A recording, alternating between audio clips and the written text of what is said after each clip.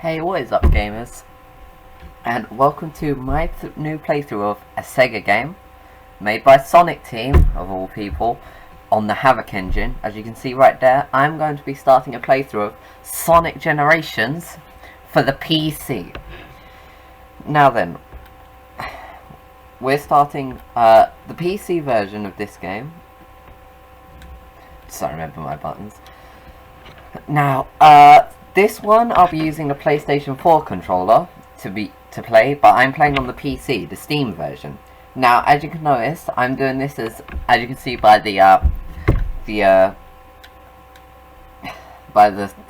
counter there, by the frame counter there. I'm going to be doing a Let's Lag version of this. So, I'm going to be doing this as basically, I think, the laggiest version possible. See, look, can you even see the frames here? But I'm going to be doing this because, well, I mean, why not? Nobody's ever done a Let's Lag version of a game before. I mean, why would you? It's not good. But I am, so there we go. Anyway, so I am playing through Sonic Generations.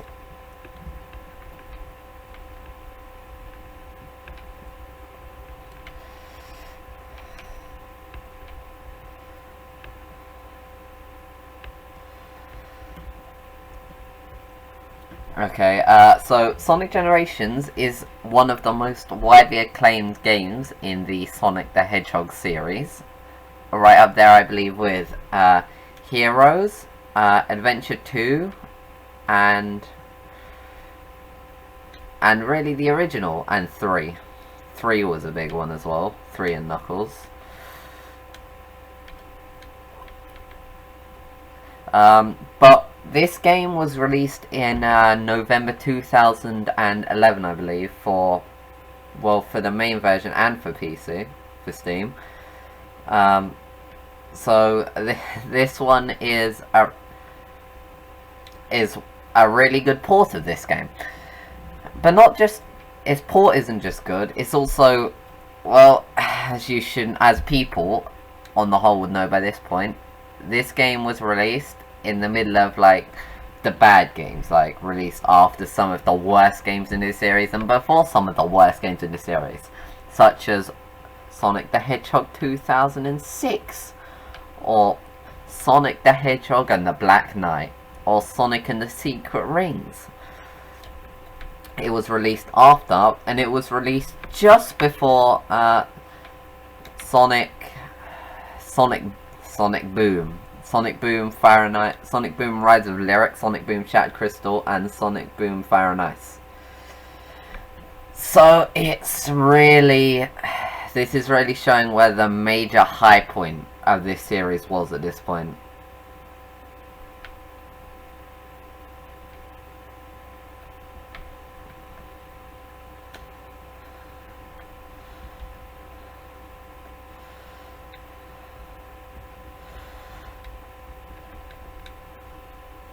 Oops.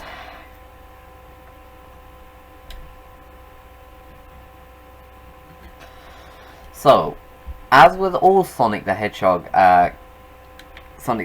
games, good games, this has its good ups and its downs. Also, in terms of both gameplay style and in terms of paths. As we can see here, I've gone between both the high and the low paths. And now we're back on the part which is, there's no up or down, it's just the end of the level right here. So, as we can see, I've chosen, oh god, it's so laggy. So yes, that was stage 1, act 1 of Sonic the Hedgehog Generations for the PC. The very first act in the game, and the very first classic Sonic act.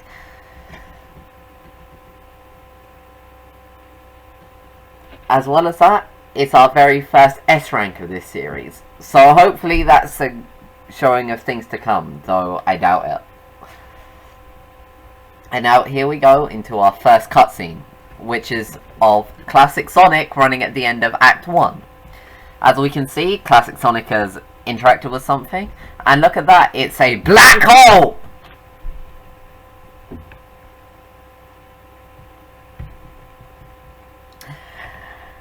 Yes, it was a black hole of time. Ooh, time. Something totally not used in a Sonic game before. Sonic 06 doesn't count.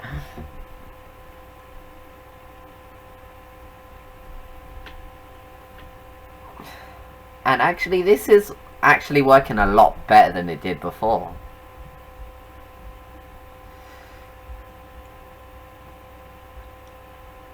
Yeah, usually, as well as the cutscenes lagging behind, the sound would also lag in front. Like, the sound would come on first, then the actual scene, and then the cuts, then the subtitles.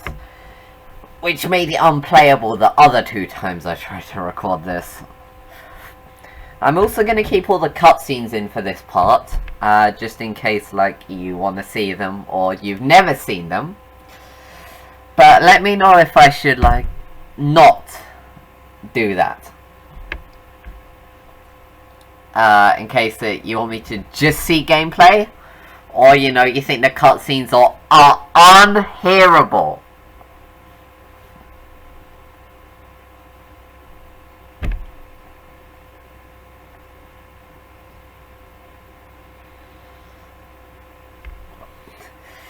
Also, this scene is really good because it shows most of the other areas that will be coming up in the game, as opposed to just seeing Green Hill.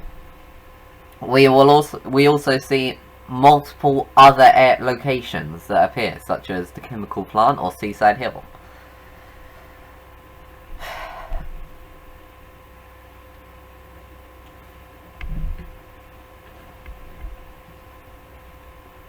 Now we see Sonic waking up in the hub world, which is literally just white space. Space devoid of all colour and time.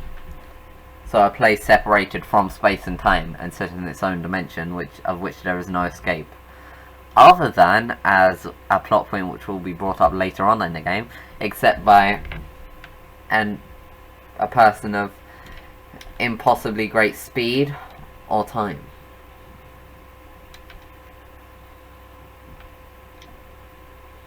Great, so now we're going to enter into modern Sonic's first stage, which is an Act 2. And I wonder which Act 2 it's going to be. The Act 2 of which stage? The Act 1 of which we've played through before.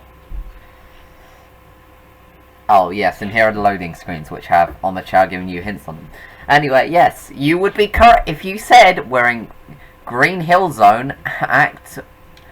If you said we're in Green Hill Zone Act 2, you would be perfectly correct. Yeah. Now then, this is, I believe, the 16th time we've seen Green Hill as a stage. So, yeah, it's not really that overwhelming, but it's just great because of its graphics and stuff, which were not seen before in any of its other instances, which were all 2D based, because they were all in the 2D games, such as Sonic 1, Sonic 2, the Sonic Advance series, which most people forget about. In fact, like, shout out in the comments if you didn't even know about them being a thing, because I bet you're not alone.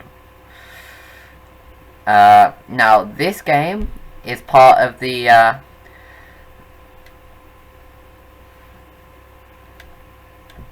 this is part of the Modern Sonic era, so it's part of the boost to win aspect of games. So yeah, it's really easy gameplay. You literally just hold direction, you just hold right and, in this case, triangle, square I guess it is, to win. So yeah, so here we go from, this is also, as most of the modern Sonic things have, they don't have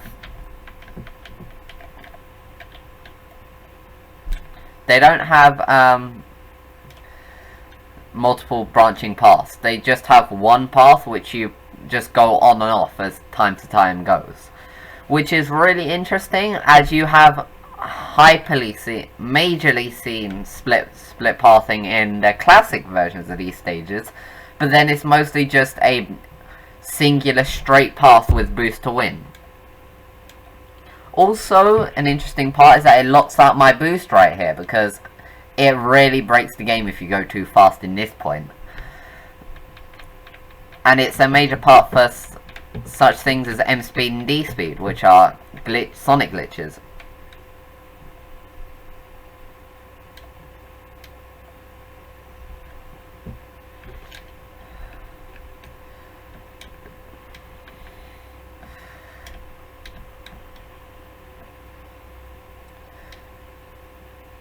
So this is the upper stage, well that was the upper stage, which I'm amazed I got, because in every other attempt to record and play this game, I've screwed up that part multiple times, and I've had to go on the lower path, adding an additional like 20-30 seconds to my game time, which is literally the difference between a pass and fail.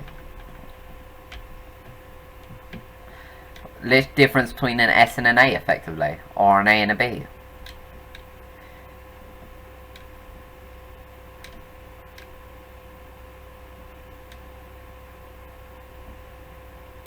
Okay, and I landed that jump too for the first time in eternity.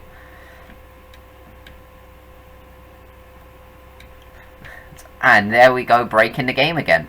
I guess you're not expected to actually enter those from a jump, due to the fact that they're on the ground, and you can easily run into them, and the fact that there's a...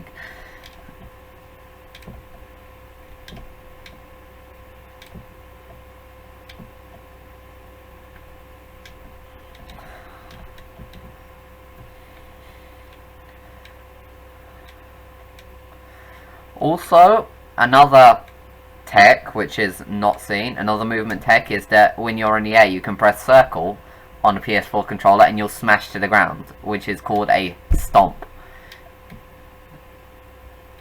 And here's my favourite movement tech, which is literally just slide boosting and then boosting into a slide. Because Sonic doesn't do that normally, he normally boosts on his feet.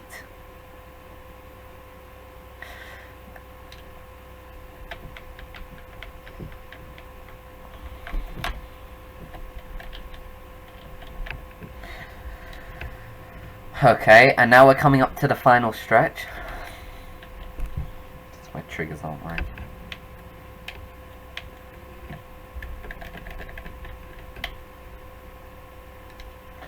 And there we go, that's the end of Sonic the Hedgehog Generations Act 2, Green Hill Zone Act 2.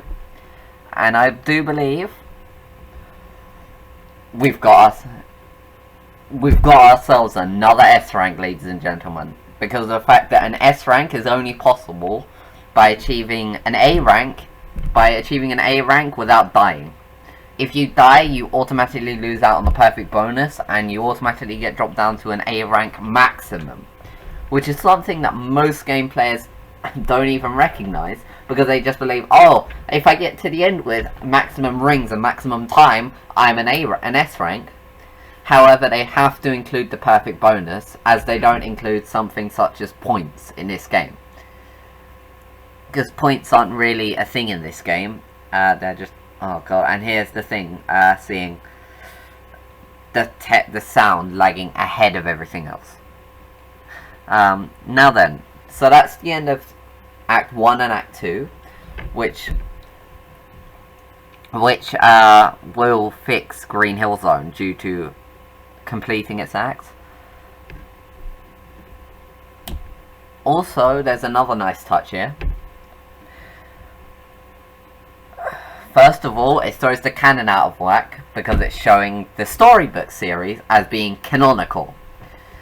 As well as the fact that there's a factor that shows that Tails doesn't know about what Green Hill is, or where Green Hill is, due to the fact that Tails never actually went into Green Hill at all, due to being introduced in Sonic the Hedgehog 2, Genesis 2, 8-bit series, whereas Green Hill was introduced in Sonic 1 for the 8-bit for the Sega Genesis, which he would never have been in.